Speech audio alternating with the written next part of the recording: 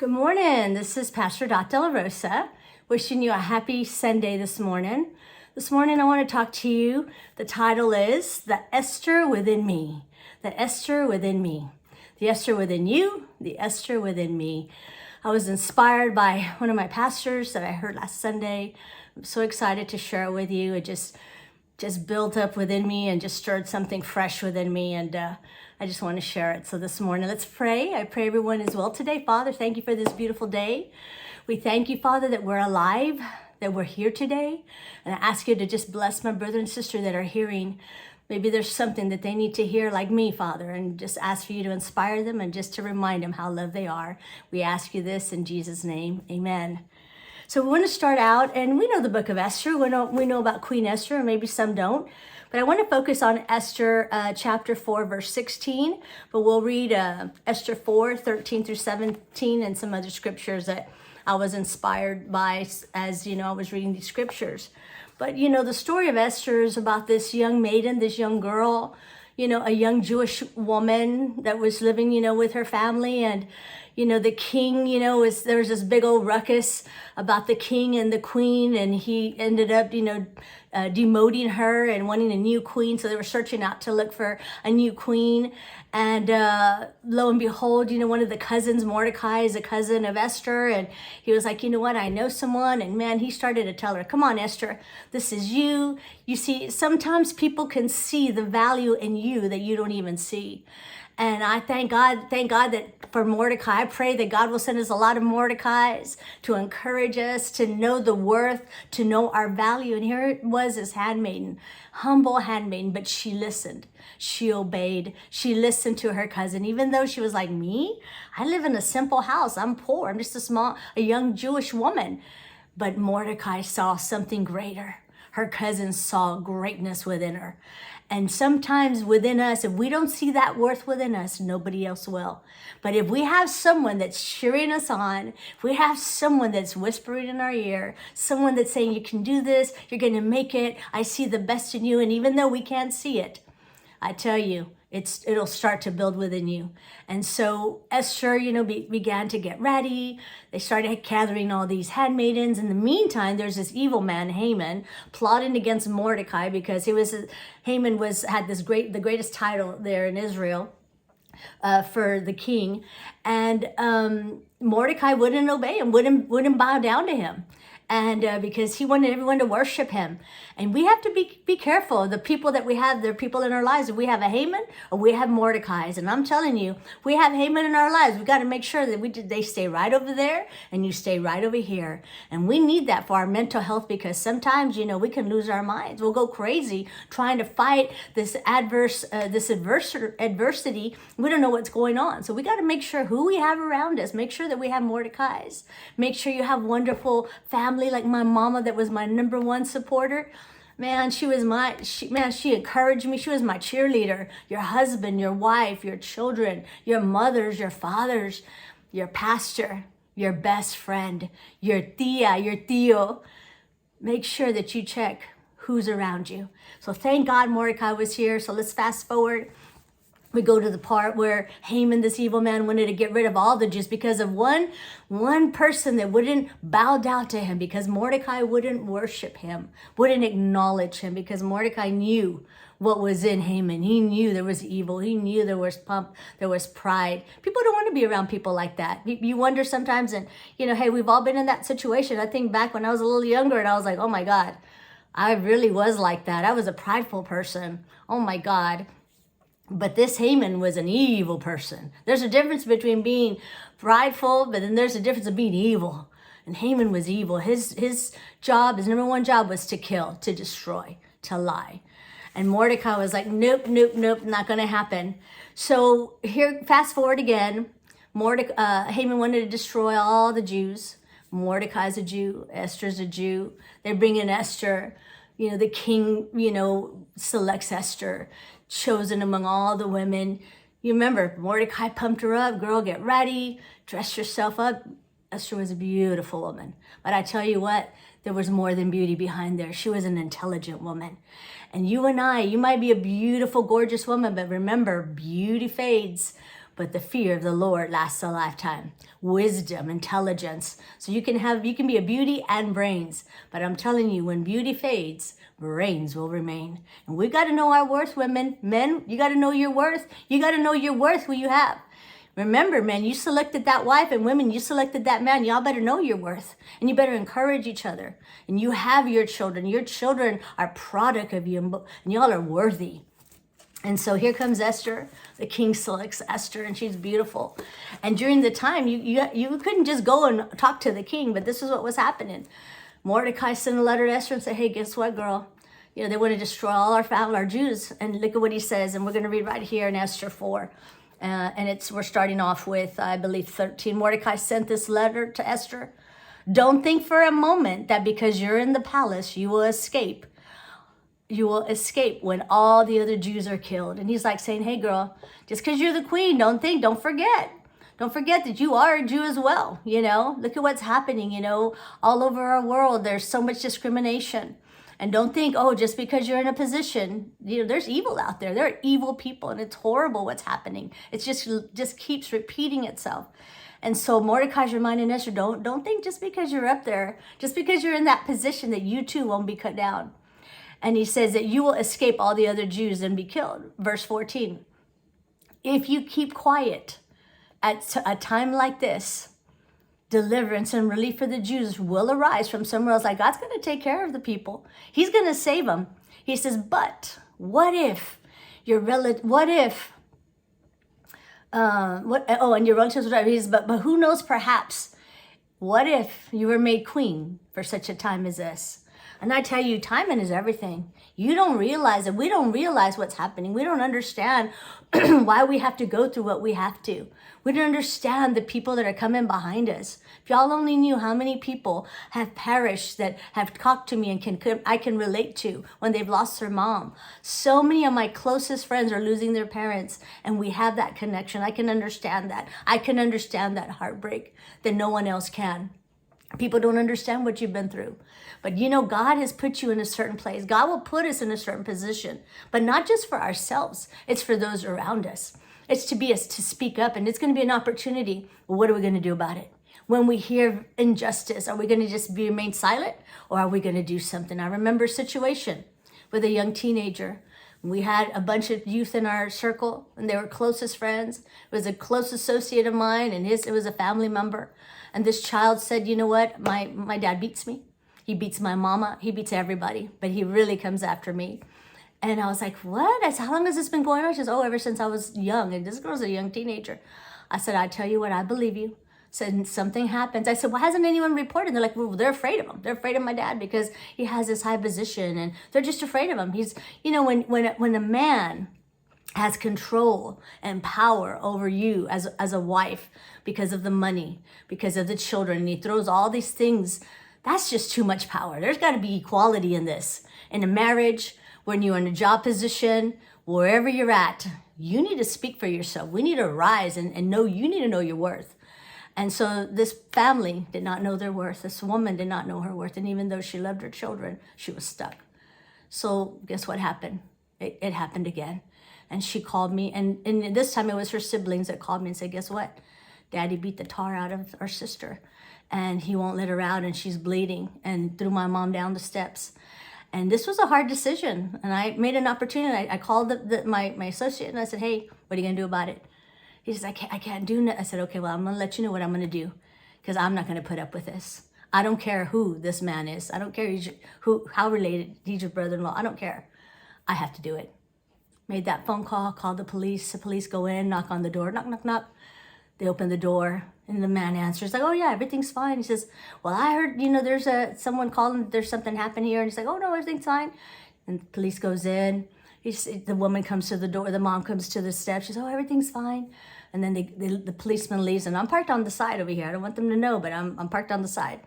And I tell him, please go back again. The kid is bleeding.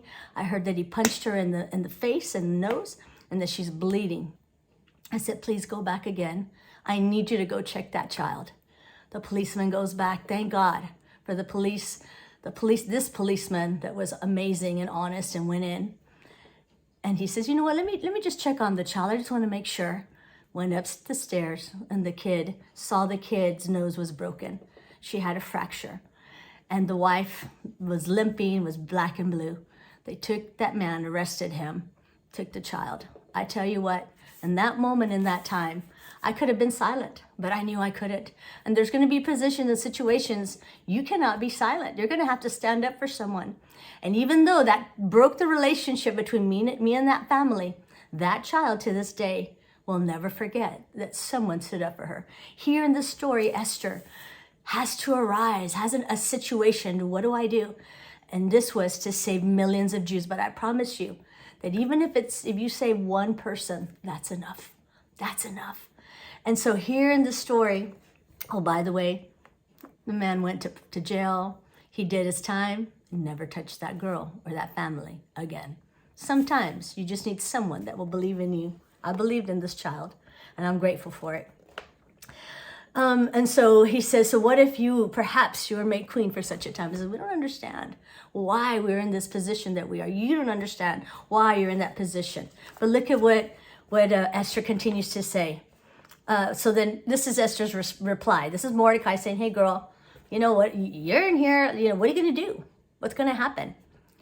Verse 15, then Esther sent this reply to Mordecai. And she says, go and gather all the Jews of Susa, and you fast for me. Don't eat or drink anything for those days or not 3 days and 3 nights. My maids and I will do the same. And then, though it is against the law, I will go and see the king.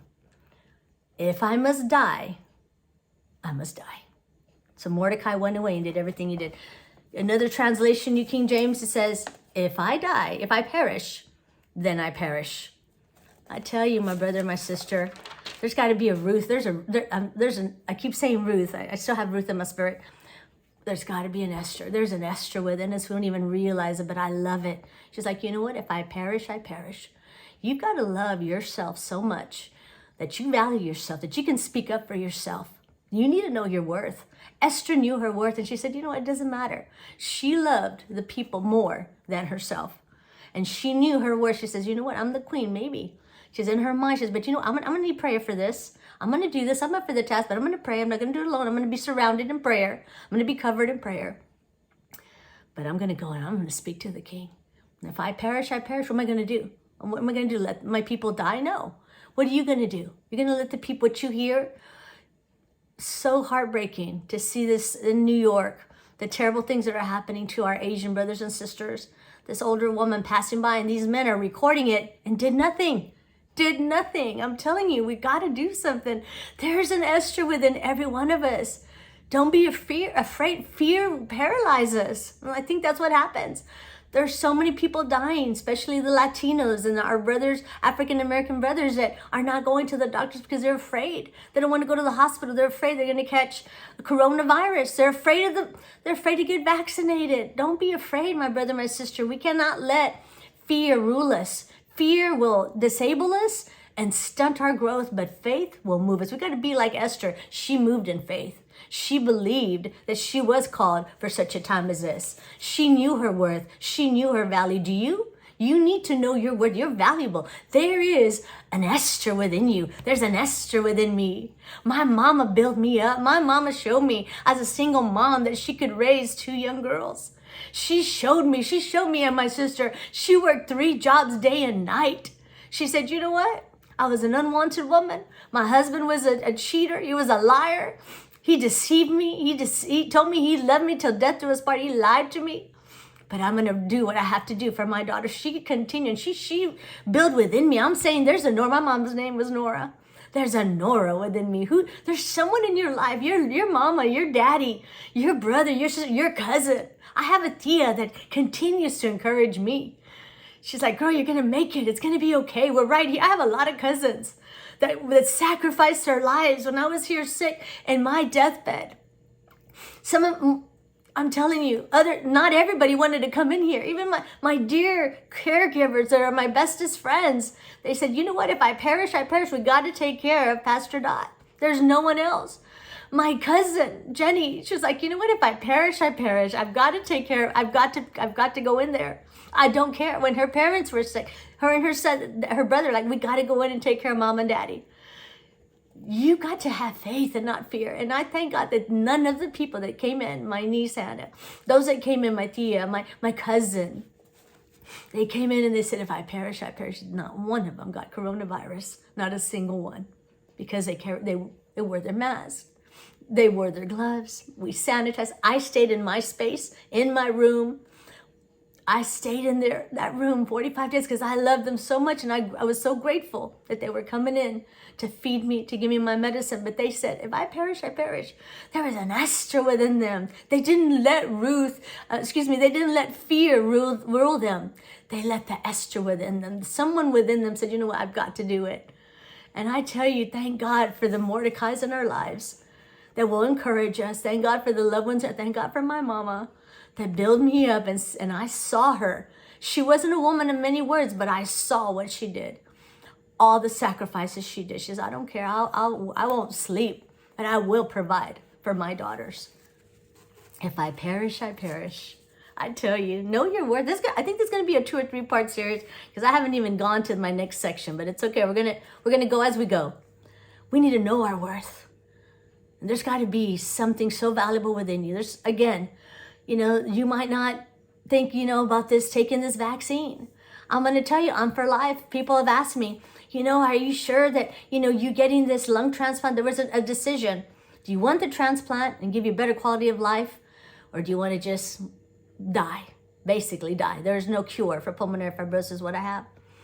And I said, even though there's so much percentage, if I perish, I perish, but at least I died and I did it fighting for my life. I wanted to live. And you know why? I said, I can't leave my mom. I'm not ready to leave my nieces. I'm not ready to leave those around me, but I don't have a choice. This is out of my hands, but I will do what I have to do. And my choice is I'm going to go for that transplant. The vaccine, the same thing. I had coronavirus. Don't you think every odd was against me, having this disease, gone through a lung transplant? But thank God I went through that lung transplant because look at where I'm at. If I would have let fear stop me, I wouldn't be here. I wouldn't have had these. I'm going on 11 years with this lung. Thank God for my donor. Thank God for this precious donor that said yes. She said, yes, I want to give life when I perish, never knowing. So there's someone within me that because if someone said yes, and I'm telling you, are you the person who's going to say, yes, I will stand, I will rise up, I will speak up? Or are you going to do nothing? You're going to do nothing. I tell you, there's an Esther within us. We need to know our worth. You need to know your worth. When you're making so much, you're working this much, but you're only making this much. You need to know your worth. Go to your boss and say, hey, look, I need that extra $15. I need that 10% raise. I need that 25% raise. You know what I'm doing. I'm running this whole thing. And so over here next to me is doing less and making more. There's something wrong with that. Hello, ladies, women. I need to not say nothing. What are we getting per dollar? We're getting like 85 cents to the dollar that men are getting. We're getting cheated. We need to know our worth. We need to know our value. And if you perish, you perish. God has another door. I tell you, it's not the end. God is with us. We need to know our worth. And I tell you, if you know your worth, the money will follow. The money will follow. The people will follow. Favor will follow. You don't know if this is going to inspire someone around. You're going to know it's going to inspire your children, your sons, your daughters, your nieces, your wife. I didn't know because of all this terrible disease, pulmonary fibrosis. I didn't know my niece was going to become a nurse. She said, had I not been around all the wonderful, exceptional nurses that took care of you, if I wasn't around all this medical field, I wouldn't be a nurse today. You don't know who you're going to affect. You don't know those around you. There's a legacy, but you got to know your worth. Because if you don't know your self-worth, my brother and my sister, no one else will. You've got to know you're valuable. You've got to know your worth. You've got to know that there's an Esther within you. There's an Esther within me. And you need to rise. We need to rise and be those Esthers. Our children, people are dying around us, my brothers and sisters. They're dying around us. But God has put us in such a place, in such a position as this. And we just need to love people. We need to love them. And we need to let the Lord, and just rise up. That opportunity will come. There's an Esther within us. We don't need to look far. He says, oh, I'm not like you. I'm not in the position you're in. It doesn't matter. Look at me. I was just, nope. I didn't even want to be a preacher. I just wanted to live my, you know what I wanted to be? People don't believe me when I say I wanted to be a race car driver. I love cars. I love fast cars. Ever wonder why I wanted a Mustang? I love fast cars. I just love it. But it has to be a convertible. You know what I'm talking about. The hair, your hair blowing I love it. Just love the serenity of that long drive. I just love to drive. But God had a different calling for me. I didn't even know, but I had a Mordecai. I had someone that said, no, this is your calling. You're going to be a minister. You're going to be a speaker. And you're not even going to be limited to being a minister. You're just going to be speaking to people. You're going to be speaking life. You're going to be speaking love to people. You don't even need to put a title or religion on it. You're just going to speak love. You're just going to be. And I love it. When we're in public, I tell you, don't call me pastor. I mean, thank you. Yes, I do have my degree, but you don't have to call me reverend. You don't have to call me pastor. Just call me Dot. Let me show you by my works who I am. Let me show you by what I do. And I love that. You don't just tell people you love them. You show them you love them. You act how you love them. You talk to them. You respect them. That's how you know someone's worth, someone's value. By how you speak to them. You value your loved ones around you? Show them that you value them. Don't just speak to them and tell them I love you and then act like the devil. You tell them you love them and you show them that you love them. You know when? When things are bad, when things go wrong. You don't go after them. You support them. Anytime I messed up, my mama never judged me or said a thing to me. She said, it's okay, honey. If I was out in the world before and just doing a bunch of stuff, she said, it's okay, I don't care. You just come home. You have your home here. You don't have to worry about going anywhere. You come right here. This is your home. This is where you belong. It didn't matter how far I was, how ugly I had been, how evil I had been as a child, how ungrateful. She said, you just come on home. But then there were others. There were Hamans in my life that were like, oh, you deserve this. You deserve that. Everything that's happening to you is because you were evil. You sowed this, you're going to... Man, the difference. No wonder people are turned off by Christianity. Because it's so same Christian, in our same Christian fellowship, they're Hamans in there. We got to check who we're around. And there's not a problem with us. And you stay right over there, brother. I love you from a distance. You know that song? From a distance. Yeah, from a distance, I love you. Keep those Hamans over there. And you surround yourself with Mordecai. You surround yourself with brothers and sisters that you don't have to say, I'm a Christian brother. You don't have to say that. You're going to show it. You're going to show the love of God, of Christ. I tell you, I've been surrounded by so many other people that are non-Christians. They show the love of God. And it's a beautiful thing. But when you are surrounded by Christians that have the same faith, that you don't have to say, I'm a Christian. You just are. You just are. It's just, there's something within you. I love my doctor that said, Dot, there's just something about you. And I said, oh, it's Jesus. It's an Esther within me. But there's something about you. You got to know your worth. I got to know your worth. Oh my goodness, we're almost going out of time. This is definitely going to be like a 3-part series, I believe it. But I tell you, we need it. It's going to be Mother's Day in May. It's going to be heartbreaking for me. You know, lost my mama. But I tell you, I'm going to honor her. Just like I honor my organ donor that said yes and saved my life and gave me these precious years with my mama and precious years with you. We need to know our worth. We need to know our value. And brothers and sisters, we need to value the people around us. You got to value your kids because there's so many people that don't have kids. You got to value the mama that you got. You got to value the dad. And like I said, maybe some of your moms and dads are Hamans. I'm not going to speak and talk personally about anyone in my personal family, but I'm like, it's right. Okay, you stay right over there for your peace of mind, for your sanity, for my sanity. I tell you, you're going to have Hamans, but let them stay over there. But surround yourselves with Mordecais. My goodness, so many things. I'll just end, with this because it's already, like I said, my time's already up. And every time I think, okay, I'm going to cut it short, I can't help it. This is so important for us today. We need to encourage our youth. We need to encourage our children. I love the parents that have a change of eye. Say, you know what? We can't treat our kids the way we used to. We cannot discipline them the way we used to. There's got to be a change. And we've got to change with the times, and we've got to change with our children. Our children are smarter. Children are just, they're just sharper. They're hearing a lot of things, but just remember that there's an Esther within you and an Esther within me. And we just got to trust God in that. Remember, for such a time as this, that God has called you. Let it rise in within you. You are valuable. You are worthy. There's an Esther within you. There's an Esther within me. And I'm sorry that I have to cut it short, but there will be a part 2. And I love y'all. Just know that you are loved.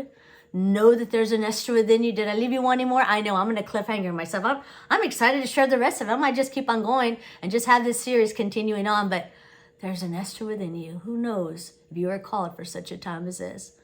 And wherever you're at, whatever position you are, it's to help others. And I love Pastor Wayne and Sister Sabrina because I hear them say it over and over again and say, Lord, you have put us in a position to be a blessing to others. And when there's not a lot of business, their heart is breaking because they know that there's people that are looking after them, that they are responsible for people. But God will put you in a situation of responsibility because he's going to provide for you. Because it's not just for you, it's for those around you. And they've been a blessing to us, and I bless them. But God bless you today, women and men and young people and anyone that's listening. There's an Esther within you. Part 2 and 3 to follow. I love y'all. May the peace of God be with you. And remember that there's an Esther. I keep saying Ruth, right? There's an Esther within you. There's a Ruth also within us. But God bless you, and I love you. And part 2 and 3 to follow. God bless. Bye-bye.